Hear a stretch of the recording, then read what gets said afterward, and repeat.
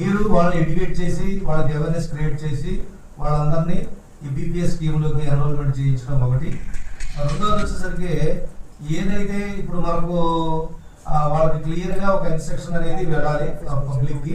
ఎలా అంటే ఇప్పుడు ఇందాక చెప్పారు డీసీపీ గారు 31/8/2025 తర్వాత ఏ అయితే ఈ ఉంటాయో బిల్డింగ్స్, అనాథరైజ్డ్ బిల్డింగ్స్ కానీ డీవియేషన్ 10% అబవ్ ఉన్నాయి కానీ వాటిని మళ్ళీ రెగ్యులేట్ చేసే క్రమం అనేది ఉండదు, ఇక ఉండకూడదన్న ఉద్దేశం మీదనే ఈ యొక్క గవర్నమెంట్ ఆర్డర్స్ రిలీజ్ చేశారనేది క్లియర్గా పబ్లిక్కి వెళ్ళాలి.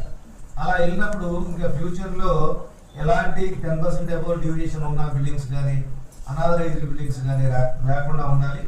దాని మీద మళ్ళీ యాక్షన్ అనేది సపరేట్గా మనము ఇనిషియేట్ చేసే క్రమం అనేది లేకుండా ఉండాలనేదే గవర్నమెంట్ ఉద్దేశం.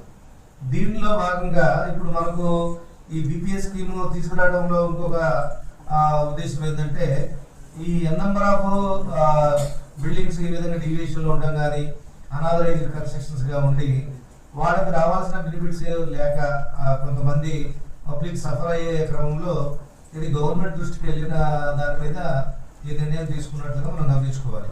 కాబట్టి ఇప్పుడు గవర్నమెంట్ జీవో మనకి ఇచ్చినటువంటి 225/12/11/2025 ప్రకారంగా మెయిన్ మనం చూసినట్లయితే ఏ పీరియడ్ నుంచి ఏ పీరియడ్ లోపు అప్లై చేయాలి దానికి అర్హులు అనేది చూస్తే 1/1/1985 నుంచి 31/8/2025 లోపు ఎవరైతే ఈ అనాథరైజ్డ్ కన్స్ట్రక్షన్స్ కట్టడం కానీ లేకపోతే డీవియేషన్ 10% అబవ్ అయ్యి రెగ్యులైజేషన్ చేయించుకోకుండా ఉంటారో వాళ్ళందరినీ కూడా ఈ యొక్క బీపీఎస్ స్కీమ్ కింద మనం పరిగణించుకొని వాళ్ళని రెగ్యులేట్ చేసే క్రమం చేయాలి.